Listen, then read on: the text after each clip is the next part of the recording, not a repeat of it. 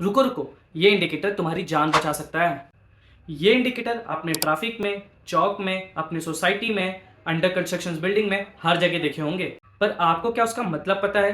PM 2.5, prime minister 2.5 नहीं रे बाबा, particulate matter 2.5, PM 10, sulphur dioxide, nitrogen dioxide, carbon monoxide, ground level ozone, humidity, temperature, ये सारी data दिए होते हैं उस इंडिकेटर में। पर हमारे लिए जो सबसे ज़्यादा इंपॉर्टेंट है वो है पीएम 2.5 और पीएम 10।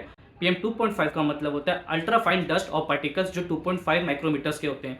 वो इतने स्मॉल होते हैं जो हमारे नेकेड आई से नहीं दिखते और हमारे लंग्स और हमारे ब्लड स्ट्रीम तक चले जाते हैं और हमें लॉन्ग टर्म के लिए इलनेस दे देते हैं। और पीएम 10 का मतलब होता है 10 माइक्रोमीटर्स के ऐसे डस्ट जो हमारे नेकेड आई से विजिबल होते हैं, हमारे लंग्स और नोज के ऊपर बैठ के उन्हें डैमेज करते हैं। इंडियन गाइडलाइंस के हिसाब से देखा जाए तो पीएम 2.5 की लिमिट जो रखी गई है वो 60 है और पीएम 10 की जो लिमिट रखी गई है वो 100 है। बट WHO कहता है कि पीएम 2.5 की लिमिट सिर्फ 5 होना चाहिए। मतलब जो इंडिया में एक्सेप्टेबल है एयर स्टैंडर्ड्स, वो हमारे बॉडी के लिए सेफ हो ये ज़रूरी नहीं। इसी वजह से फॉरेनर्स कंप्लेन करते हैं और हम कह देते हैं भाई आदत हो गई है।